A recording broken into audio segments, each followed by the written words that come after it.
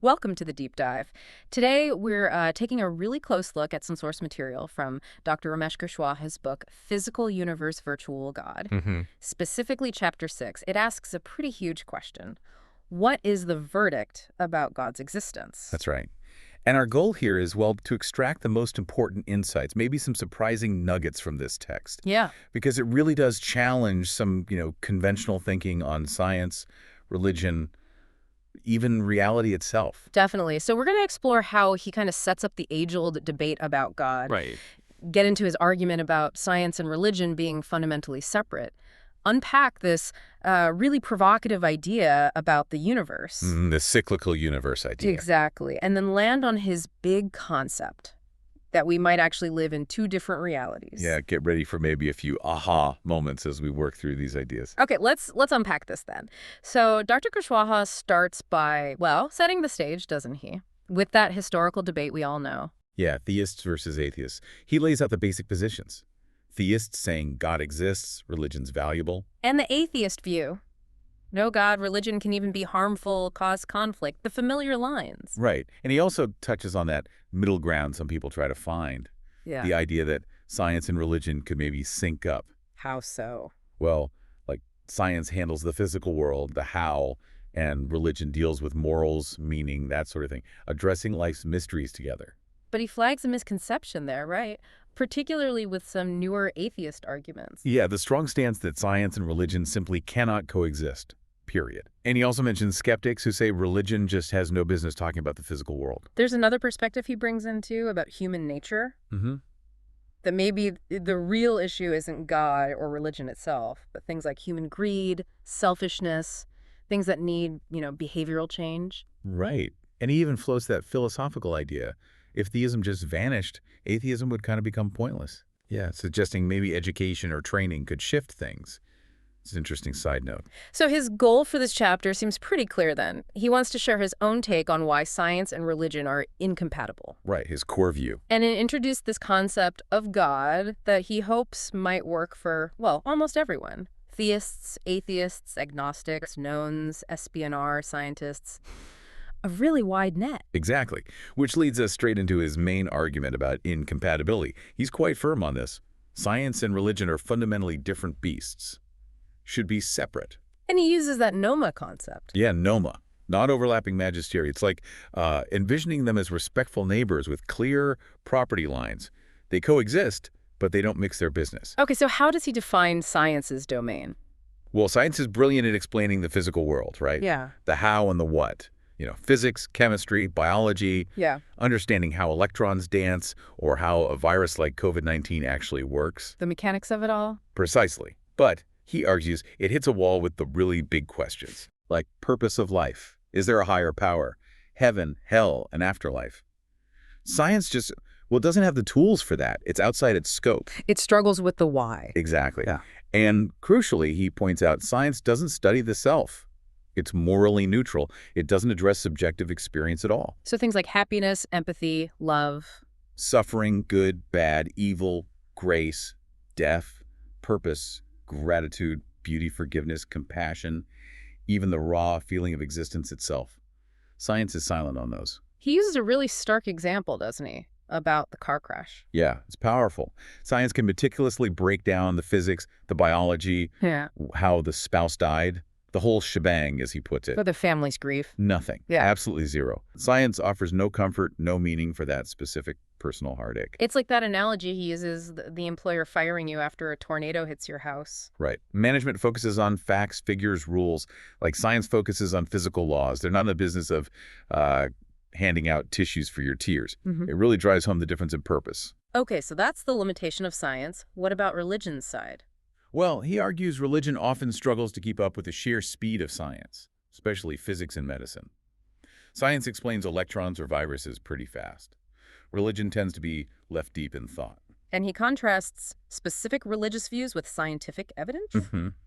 Like traditional views on the universe's age, Hinduism's eternal steady state, or the Christian view of around 6,000 years.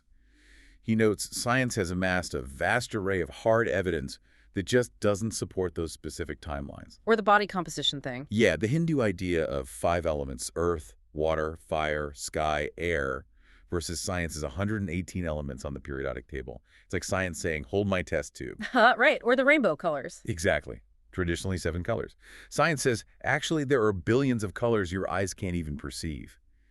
These just highlight how our scientific understanding of the physical world has, well, moved on from some older frameworks. He also brings in the atheist philosopher Alex Rosenberg's view. Right. Rosenberg claiming reality is only what science can know, which leads to pretty bleak answers on the deeper questions. No God, no purpose, no meaning, no real moral difference between good and bad. But he contrasts that immediately with Chris Hedges. Yeah, the quote, human beings prefer hope, even absurd hope, to truth. It makes life to bear. It speaks to, what people actually feel they need, regardless of scientific truth. And the idea about science grounding objective ethics, like Sam Harris's view. Kushwaha addresses that.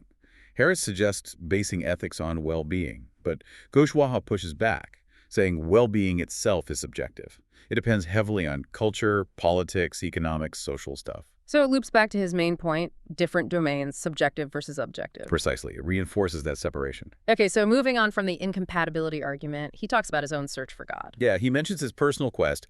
Fighting theoretical arguments just didn't cut it for him. He lays out the standard positions. Theists believe, atheists don't. Agnostics are unsure, though some are actively searching. And his advice on researching this, visiting temples or reading scriptures. He says that should be the start of the research, not the end point. It reminds me of that Hedges quote again. God is a search away to frame the question. Don't just stop there. He makes a pretty bold statement. Nobody's actually seen or heard God. Right. And crucially, neither science nor religion can definitively prove or disprove God's existence. He feels you have to define God's nature first, and adds, there's no solid proof God ever appeared in human form. He's critical of both sides here, isn't he? The literalists and the strict scientific atheists. Yeah, he suggests both are kind of missing the point. Because, as he puts it, scriptures were penned by humans. They weren't ghost-written by God. They're human interpretations, not divine dictation. This is why he wants to offer this fresh perspective. Exactly. Something he hopes can bridge that gap, resonating with both scientific minds and religious sensibilities. And this perspective starts with a pretty radical idea about the universe itself. Right. If you can't prove a creator God, he argues, then it's pretty safe to say the physical universe wasn't created by one. Okay. So where did it come from? He argues it is just real because we experience it. And practically speaking, it's here to stay forever. Humans didn't make it. We're more like master recyclers, just rearranging what's already here. And this leads to the cyclical universe concept. Yes, the dynamically cyclical universe. An idea, he notes, some physicists have tossed around since the 40s based on observed data. So explain that cycle again. Well, the current expansion after the Big Bang, about 13.4 billion years ago, is just one phase. The theory suggests it could eventually slow down, stop, and reverse, shrink back in a big crunch. And then? A new Big Bang. Kicking off another round of expansion. It's the universe's own eternal story, constantly recycling itself. And the implication of that is? His argument is, if you assume the physical universe has always been here, cycling eternally, then you solve the perennial problem of the need for a creator God. Because it wouldn't need creating or maintaining. Exactly. If it's always existed in some form, the question of a first cause or a sustainer kind of dissolves. How does that sit with different religions? Well, he notes it challenges Abrahamic faiths, Islam, Judaism, Christianity, which generally see God creating the universe with a purpose, a teleological purpose. But it aligns better with others. Interestingly, yes. He says it's consistent with Eastern views like Hinduism's eternal steady state or Buddhism and Jainism, which historically haven't focused much on a creator God or creation stories anyway. So his conclusion here is that proving God's existence becomes less critical if the universe itself is eternal. Pretty much. If the physical stage is eternally there, you don't necessarily need a stage manager or creator in the same way. The need for that specific type of God diminishes in this model. Which brings us to maybe his most central idea, that the two separate realities. Yes, this is key. He starts by drawing a line between living creatures and non-living objects. Living things perceive, use senses and brain, create meaning for survival, reproduction. And humans are aware we're doing it. Right, we have that meta-awareness of perception. Then he critiques the usual debate. The scientist-atheist saying only the physical is real? Versus theists saying a non-material realm controls the physical. He basically says, nope, you're both wrong. So what's his alternative? His core assertion: there are two independent realities, two independent worlds. Okay, what are they? First, there's the physical world out there, external, objective in a sense. The world science studies. Exactly. And second, there's the inner world that we create within ourselves, using our senses and brain. He calls this internal and virtual. And this inner world is our reality. Yes. He stresses it's our reality, unique to each of us. It's the only world that we can know exists for us.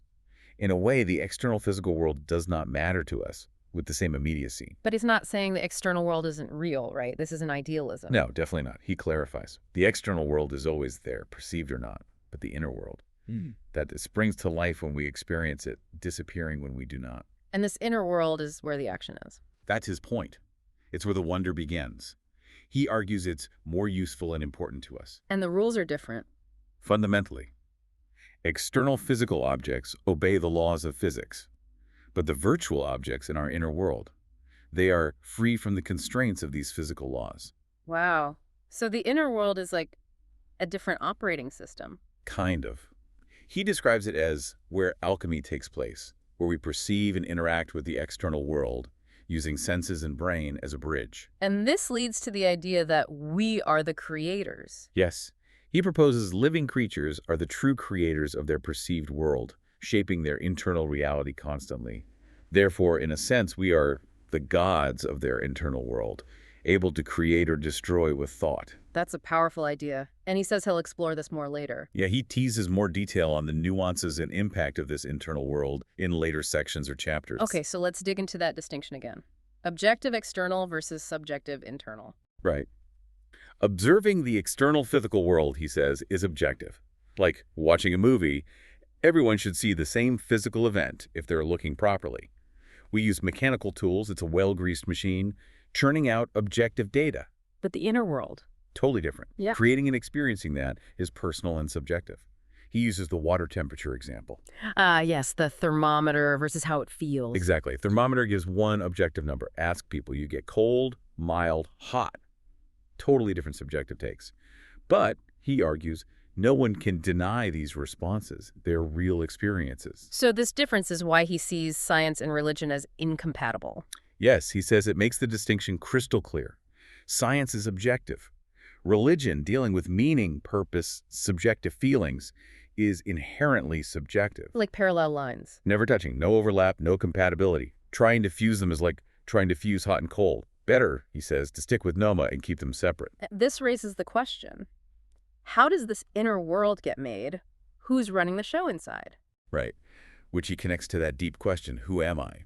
Or what's the self? He says that's for later discussion, but emphasizes again, this inner world is virtual. Okay. And he makes a really strong point about not applying physics theories to this virtual world. Yes, a major point. He says mixing the rules is like trying to use a fork to eat soup. It just doesn't work. He's quite critical of using quantum mechanics to explain consciousness or vice versa. Very critical. He calls those ideas about as accurate as a blindfolded archer. He sees it as a common trope. What trope? Authors referencing complex physics QM, string theory, entanglement, dark matter, double slit, multiverse to try and bolster arguments about soul, religion, God, miracles, spirituality, consciousness. Even without solid evidence connecting them. Often, yes. He calls it intellectual hopscotch, trying to make things sound more profound or scientific by association. He sees it as trying to force everything into one box. Exactly. Trying to impose a mismatched solution, make everything fit into one neat little box. His constant refrain. Two realities need different rules. He also comments on theology authors studying physics. Yeah. He notes some dive deep into QM or string theory to explain religion or God, maybe to seem more credible. But it often just confuses readers explaining one complex thing with another. Let's look at the specific physics examples he critiques. The double slit experiment. Right. He pushes back hard against the common pop science idea that human consciousness is needed for the particle detection or waveform collapse. What's needed then? Just a mechanical detector. Human observation isn't required for the physical event to occur. He says misusing this experiment is a flawed attempt to make consciousness seem central to physics, or to claim QM needs consciousness. His analogy. Like saying a fire didn't physically happen unless you were there watching it. The physical event is independent of your witnessing it. Okay. What about the EPR paradox? He notes that's been largely demystified by the 2022 Nobel Prize winners Clauser, Aspect, Zeilinger, countering its use by some to argue for God's power or existence. And the dark matter analogy, comparing its invisibility and effects to God. He dismisses that as just a baked metaphor. It doesn't actually show any real compatibility between science and religion. It's just a comparison. And relativity theory being misapplied. Yeah, applying it to things like jogging, making you live longer, or your hair aging faster than your feet due to gravity. He says these are misapplications because relativity's effects are negligible for everyday, slow, low-gravity objects. So his core point about quantum mechanics, its limits. QM rules govern tiny particles, electrons, protons, but they don't apply directly to large objects like planets, apples, stones, or even complex biological systems like livers or neurons. Let alone mind or consciousness. Exactly. Yeah. He says things like mind, God, religion, consciousness are simply too big and complicated for quantum mechanics. Trying to apply QM there is like trying to fit the unfittable. But he respects QM in its own domain. Oh yeah, he calls it the bee's knees for the physical world. But he lists all the things QM can't tell you. Yeah. How to cook, play sports, design clothes, why we love, what's just, good versus bad, happiness, empathy, forgiveness, compassion, suffering, existence itself, how to ease shoulder pain, how to find happiness. For those, QM is... A stranger in a strange land. It has no answers. So physics theories are like strict bouncers. That's his analogy. Okay. They guard the door for external physical objects only. They draw the line at human nature, God, religion, mind, consciousness. Trying to apply them there is like trying to use a metal detector on a ghost. Physics stops at the neuron. At a physical neuron level, yes. And he says, where physics stops, metaphysics starts. He then teases the next chapter, hinting that while neurons are the physical media, the virtual content they represent is independent of that media. Fascinating. Okay, let's get more into how this virtual inner world is actually created. Right. He describes it as a fabrication process using our senses and brain. Take his tree example. How does that work? Light from the external tree hits your eyes. Your brain processes the data height, width, shape, color, etc., and then it creates a tree representation in your mind's eye. But it's not the actual external tree. No, he's clear on that. It's a whole new creation inside you based on the data. A virtual tree. And the difference is persistence. Exactly. The external tree exists whether you see it or not. Your internal virtual tree and your whole inner world exists only when you experience it. And this applies to everything we experience. Everything. The taste of ice cream, the smell of a flower, the feeling of pain. It's all uniquely constructed inside each of us. We're little reality creators, he says, each making our own version of the world. Our experiences, ours and yours alone. That's the quote. Which leads him to suggest this makes us mini-gods, shaping these virtual inner worlds. This, he proposes, is the real essence of what it means to be a creator, maybe even the ultimate reality for us. And he lists concepts that only exist in this inner world. Yeah, it's quite a list. Meaning of life, happiness, morality, beauty, suffering, compassion, hope, love, courage, empathy, forgiveness, presence, gratitude, good, bad, sorrow, evil. Even our subjective sense experiences. Touch, taste, smell, vision, sound, our experience of them. Plus death, our experience of it. Grace, pain, greed, anger, intention, right, wrong, distraction, attention, purpose, the mystery of existence, all internal constructs. And that's why science can't explain them, because they don't exist in the external physical world it studies. That's exactly his argument. They belong to the virtual realm. Wow. Okay, so let's go through the specific properties he assigns to this virtual inner world. Property 1.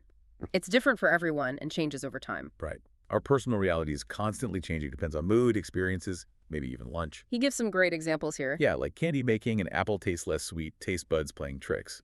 Epilepsy patients having more seizures at home, blood pressure being higher in the hospital, the white coat effect. Spiders looking bigger to arachnophobes. Children looking cuter to their moms through that special filter. He likens it to a personal Sims game, constantly shifting. Makes sense. Property 2. It requires attention. Crucial point.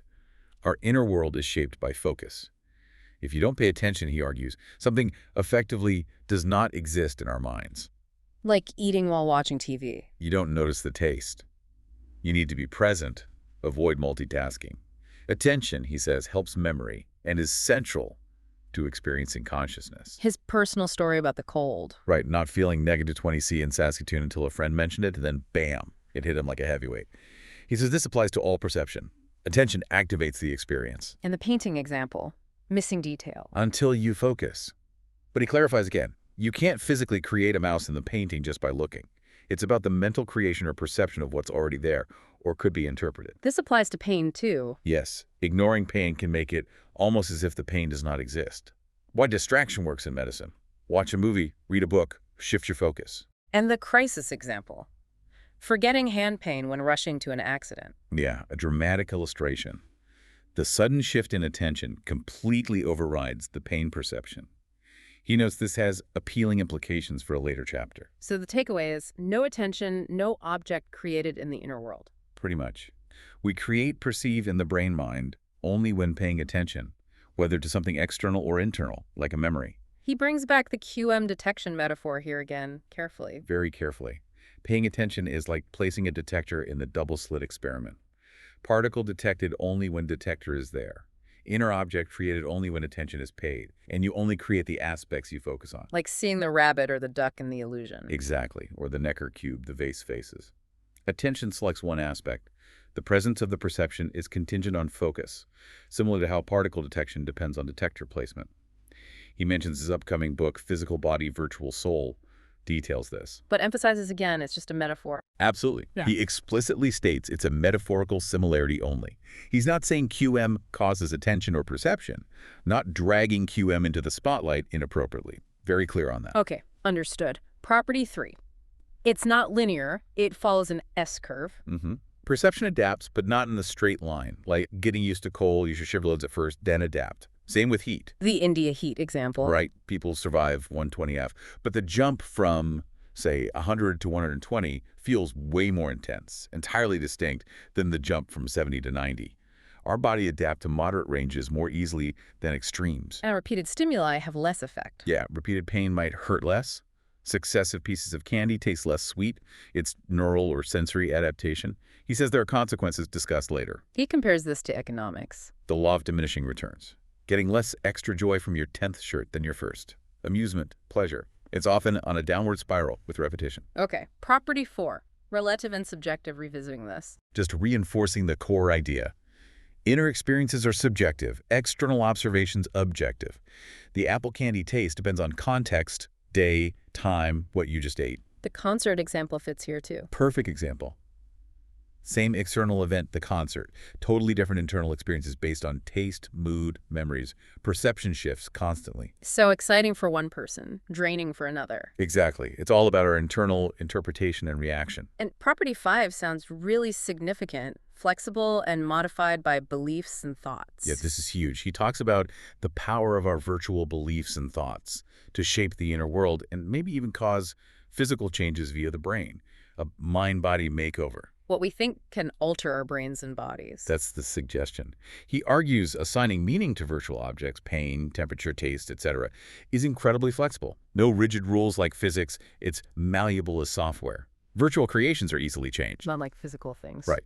But crucially, he says these virtual changes can have real physical effects on the body-brain, which he plans to discuss in Chapter 12. And this connects to faith healing, religion.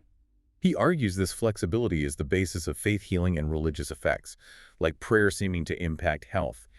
It's the bedrock of many belief systems. This subjective malleability is religion's mystical allure, setting it apart from objective science and causing friction. He finds how religion influences the body-mind perplexing. He contrasts the new atheist stance, no benefits, with studies like Koenig's work, suggesting positive links between prayer religious practice and well-being. Positive thinking versus negative. He frames positive thinking as an enchanted person, hope, happiness. Negative thoughts are a threat to health. He questions the value of dwelling on no higher power, no purpose, cosmic accident, if it harms well-being. And mentions studies on longevity. Yeah, Laura Ward's work suggesting religious people tend to live longer, possibly due to that extra dose of hope and positivity, like getting motivation from praise. So his take is, if it helps, accept it. Pretty much. If religion brings peace and positivity to someone's inner world, then a little faith never hurt anyone in that subjective realm. The examples of pain disappearing at religious sites are powerful here. Extremely. People reporting pain vanishing after visits to Jerusalem, Mecca, Indian temples like Badrinath, Rameshwaram, Jagannath, or even just visiting home in India, his reaction is, who are we to doubt their experiences, even if we haven't felt it? It's their subjective reality. Exactly. He also notes stress, blood pressure, heart rate can decrease when people trust a higher power guided by leaders. And the childhood prayer, Hanuman on dark roads. It provided a sense of comfort and peace of mind. Whether rational or involving actual beings is irrelevant to the inner feeling of safety it created. Even entertainment can have this effect. Yeah, feeling gratitude for Kapil Sharma's comedy shows bringing joy and temporary relief from ailments, finding solace in shows, games, places, loved ones. His conclusion, doing what brings us joy is the best medicine for the soul, because it positively shapes our inner world. Okay, so let's try and synthesize his main conclusion from this chapter. The key takeaway seems to be, the only world that truly grips us, that feels ultimately real to us, is that inner virtual world we create. And the creator of that world Is us, the real God. That's his provocative suggestion. We are the gods of our internal reality. And the creator of the external world becomes less important If you assume that external physical world is eternal and cyclical, a creator God isn't strictly needed in that model. So the whole debate about proving God's external existence becomes maybe unnecessary. So the core distinction holds. External physical world, objective, physics laws, versus inner virtual world, subjective, no physics laws, flexible, shaped by beliefs, linked to faith, spiritual feelings. That's the fundamental split he draws. And it's the inner world with its flexibility and connection to our thoughts and beliefs that forms the basis for experiences often labeled religious or spiritual and can even impact our physical state. And he clearly signals more to come on this. Yes, explicitly. The next chapter will apparently dig deeper into what virtual means here and explore how these virtual thoughts, faith, and beliefs shape our inner world, connecting back to some of those implications about health and experience. So wrapping up, what does this all really mean for us? Well, it's a perspective suggesting that maybe that whole science versus religion battle kind of misses something vital. Which is? The reality of our own minds. That subjective, flexible, incredibly powerful inner world that each of us constructs and lives in. Yeah, this deep dive really highlights Kushwaha's idea. Science explores the objective physical universe, sure. But our personal reality, meaning feelings, comfort, maybe even healing, that seems to live in this separate internal virtual place. A place shaped by our attention, our beliefs, our thoughts. And the really fascinating bit is the proposition that, in a way, we are the creators of the reality we actually experience day to day. Which definitely leaves you with something to think about. Right. A question, perhaps. If your inner world is this distinct, subjective thing, shaped so powerfully by your focus and beliefs, what could happen if you intentionally change that focus or consciously modified some of those beliefs? What might that unlock in your own experience of life, your happiness? Maybe even, as he suggests, your physical well-being. A provocative thought indeed. Thanks for joining us on this deep dive.